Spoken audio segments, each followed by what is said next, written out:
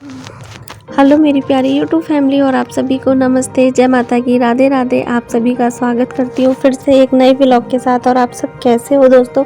आशा करती हूँ सभी ठीक हो गए, सभी खुश हो गए और सभी मस्त हो गए। जहाँ पे मैंने वीडियो का एंड किया था दोस्तों, वहीं से वीडियो शुरू किया है। और जैसे कि मैंने आपको बताया था कि बहन अपने ससुराल वालों के साथ आई थी मिलने के लिए, और मम्मी का ऑपरेशन हुआ था। तो और यहाँ पर उनके जाने के बाद यहाँ पे बच्चों का भी मैंने खाना लगा दिया है। तो यहाँ पे मैंने ना रायता बनाया था, आलू मटर की गीली सब्जी बनाई थी, और पत्ता गोभी आलू की सब्जी और दम आलू की सब्जी एक दिन पहले ही बनाई थी। तो भाई बोल रहा था कि ना दीदी वो भी रख दो, मुझे ना अच्छी लगती है, तो उसके लिए बनाई थी। उसकी फरमाइश थी दम आलू की सब्जी बनाओ दीदी, तो मैंने उसके लिए बनाई थी। और अभी रात हो गई है दोस्तों, तो आज दोस्तों मैं यहाँ से भी विदाई ले लूँगी और मैं अपने ससुराल जाऊँगी। और तो यहाँ पर बस रात को मतलब रात को है ना वहाँ पे भैया भाभी के घर चली जाऊँगी। तो यहाँ पे मैं मठरी बनाने लग गई थी। तो शादी में ना मैदा बची हुई थी काफ़ी, तो मैंने कि ये ख़राब होगी, तो इससे अच्छा मैंने कि मैं ना बच्चों के लिए मठरी बना के रख जाती हूँ। यहाँ पे मैंने मूंग मसूर की दाल बनाई थी, मम्मी को खाना खिला दिया है मैंने। और चाचा जी नहीं थे तो मैं चाचा जी के लिए भी रोटी सेक दूँगी। और यहाँ पे मठरी बना के, क्योंकि ना बच्चे को ना मठरी बहुत पसंद है मेरे हाथ की। और मैं कि कुछ चीज़ का ख़राब हो तो मैंने कि सच्चा है कि कुछ बना के रख जाऊँ, बच्चे खाएंगे तो याद तो कर लेंगे। अपनी तरफ से तो देखो बहुत अच्छा सोचती हूँ, अच्छा करने की सोचती हूँ, करती हूँ, और बाकी मैं भगवान के ऊपर छोड़ देती हूँ।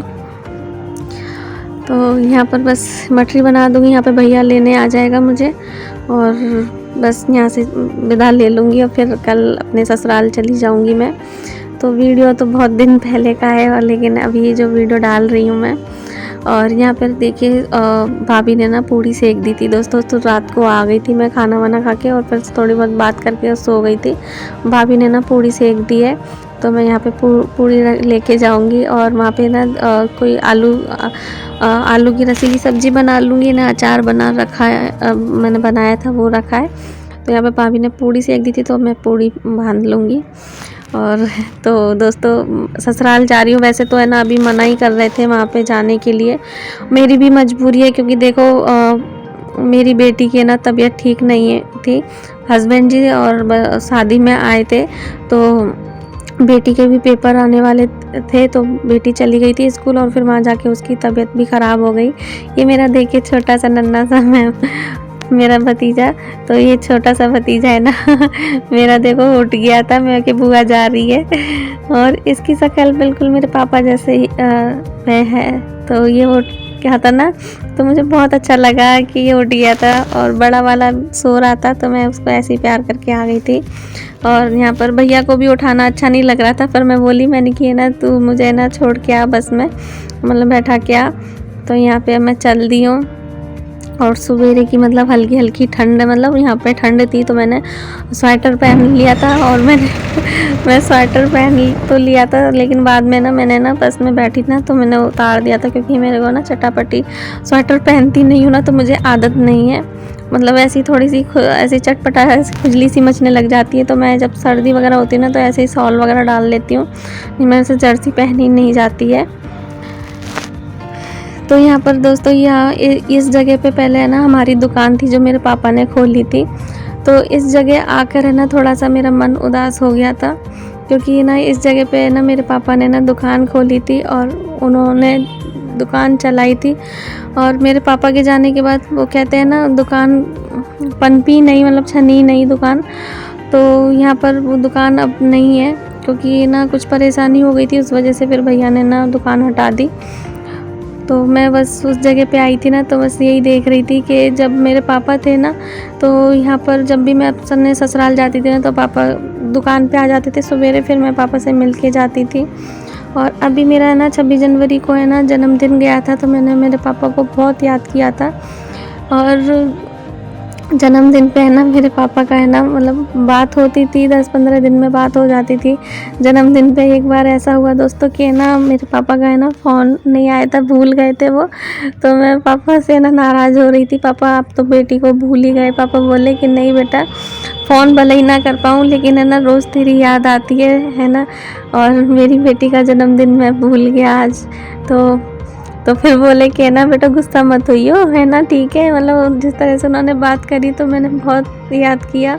और ममता बहन, आपका वीडियो देखा, आपने ना बताया कि घर में हाँ सबसे मिलके बहुत अच्छा लगा, आपके भैया भाभी, आपकी मम्मी जी से मिलके। और फैमिली में जैसे हम अपने मायके जाते हैं ना तो एक अलग ही खुशी होती है मायके की, और वहाँ पर सबके साथ बहुत अच्छा लगता है। जैसे कि मैं भी अपने मायके गई थी ना तो सबसे मिलकर मतलब अच्छा लगा। लेकिन है ना, जब मैं अपने पापा को देखा ना कि आज मेरे पापा भी होते ना तो और भी अच्छा होता। तो बस यही है कि उनकी कमी हमेशा महसूस होती है मुझे। और यहाँ पर भैया आया था और मैं ना 7:30 बजे ही मतलब आ गए थे हम लोग यहाँ पर बस स्टैंड पे। तो बस स्टैंड तो नहीं है, आगे है बस स्टैंड, लेकिन वहाँ पे से है ना बहुत दिक्कत हो गई है। पहले ना कोई दिक्कत नहीं होती थी, लेकिन अभी 1-2 साल से ना बहुत दिक्कत हो गई है वहाँ पे बस की ना। तो यहाँ पे साइड में मतलब यहाँ पे बस स्टैंड थोड़ा आगे है और यहाँ पर बस खड़ी रहती है। तो रोडवेज वाली बस नहीं थी, ये प्राइवेट वाली बस थी। रोडवेज में क्या है ना, मेरे ससुर जी है ना तो पापा है ना रोडवेज में हैं, मतलब अब तो रिटायर हो गए हैं। और पापा तो हम लोगों ने बस का ही सफ़र करा था। जब मैं शादी में आई थी ना तो भाई है ना लेकर आया था रेल में, तो रेल का सफ़र नहीं करा है मैंने। मतलब शादी हुई है तो उसके बाद एक आध बार ही करा होगा, नहीं बस का ही सफ़र कर रहा है। तो ना बस से ही है ना आदत हो गई है।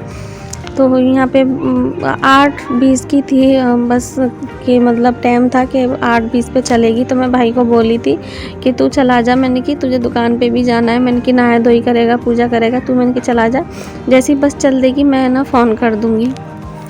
तो मैंने भाई को फ़ोन कर दिया था और अभी मैं यहाँ पर मतलब आ गई थी यहाँ पे। और जो रोडवेज की बस होती है ना वो आगे जाके रुकती है, और यहाँ पे बालाजी पे रुकी है, लेकिन ये वाली बस है ना इधर की तरफ रुकी है। तो और मैं ना अपने हस्बैंड जी को बहुत याद कर रही थी, क्योंकि ये ना जब इनके साथ आती हूँ ना तो पता है एक यही चीज़ होती है कि हम घर से ना कहीं निकल नहीं पाते हैं। वो हमारे जैसे ऊपर घर है, नीचे दुकान है, तो हस्बैंड जी भी है ऊपर से नीचे दुकान पे, दुकान से ऊपर घर पे, तो कहीं जाना नहीं।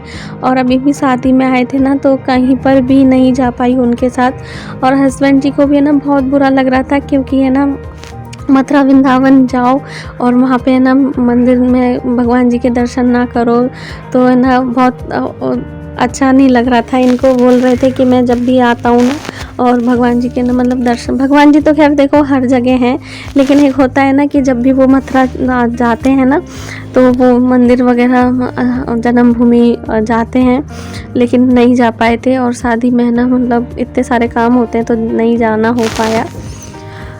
तो दोस्तों यहाँ पर है ना हस्बैंड जी को भी फिक्र हो रही थी, और उनका भी फ़ोन आके पूछ रहे थे कि कहाँ तक पहुँची हो, कहाँ तक। वहाँ से भैया भी फ़ोन करके पूछ रहा था कि दीदी कोई दिक्कत तो नहीं हो रही, सब ठीक है ना। मैं बोली हाँ। तो दोस्तों यहाँ पर ये ना जयपुर के अंदर घुसते ही मतलब गुफ़ा आती है ना, ये गुफ़ा मुझे बहुत अच्छी लगती है। तो यहाँ से ना मुझे बहुत राहत मिलती है कि हाँ कि हम अब जयपुर के अंदर घुस चुके हैं और अब अपना ससुराल जा रही हूँ और अपने घर जा रही हूँ। और पता है मेरे को जब तबीयत, मैं सोच रही थी कि बेटी को बुखार है तो दवाई ववाई लेके ठीक हो जाएगी, लेकिन वो ठीक नहीं हो रही थी। और वहाँ पर ना सब मना कर रहे थे कि अभी मत जा, लेकिन भाई अपने घर भी संभालना है। मेरा 3 मंजिल का मकान है, झाड़ू पोछा और इतना हो जाता है काम, मैं ज़्यादा अपना घर परिवार को नहीं छोड़ सकती हूँ। और तो यहाँ पर मैं आई थी ना, और जब मेरी बेटी मुझसे ना लिपट के और मेरे यहाँ पे सर रख के ना सोई थी गोदी में, तो मुझे वो पल बहुत अच्छा लगा था। और एक माँ है ना सब कुछ सहन कर सकती है, लेकिन अपने बच्चों का दुख नहीं सहन कर सकती है।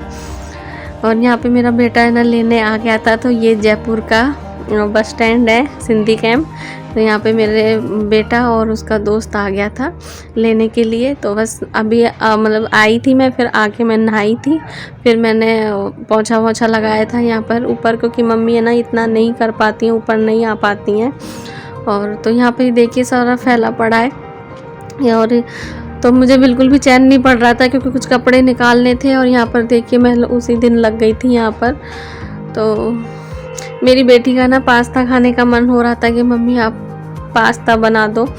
तो मैंने ना उसके लिए पास्ता बनाया। मैंने पूछा कि बेटा कुछ खाने का मन कर रहा है तो बता, तो बोली मम्मी पास्ता बना दो। तो मैंने सोचा कि ना उसको मना करूं, पर मेरा मन नहीं माना क्योंकि बहुत दिन हो गए थे और उसने मुझसे बोला था मम्मी आप बना दो। तो फिर मैंने ना उसके लिए पास्ता बना दिया था, उसने खा लिया। और तो चलिए इस वीडियो को इतना ही रखती हूँ दोस्तों, फिर से मिलती हूँ एक नई वीडियो के साथ। वीडियो अच्छा लगा हो तो प्लीज़ लाइक कर देना, चैनल पर नए हो तो चैनल को सब्सक्राइब भी कर लेना। तो यहाँ पे बस मैं आई और कुछ मैंने ना कपड़े वपड़े सेट कर दिए थे, और ये मैं शादी में से आई थी ना तो मैंने ये चूड़ी डाल दी थी। और उधर की तरफ है ना चूड़ी हरी और लाल चूड़ी पहनते हैं, मेरे ससुराल में ना लाल और हरी पट्टी का चूड़ा पहनते हैं। तो यहाँ पे काफ़ी सारे कपड़े हो गए थे, तो कुछ कपड़े मैंने सवेरे धो के डाल दिए थे और कुछ कपड़े बाद में धोए थे। तो यहाँ पे पानी नहीं जुड़ रहा था तो मैंने कहा अब इनको भी सुखा दूँगी।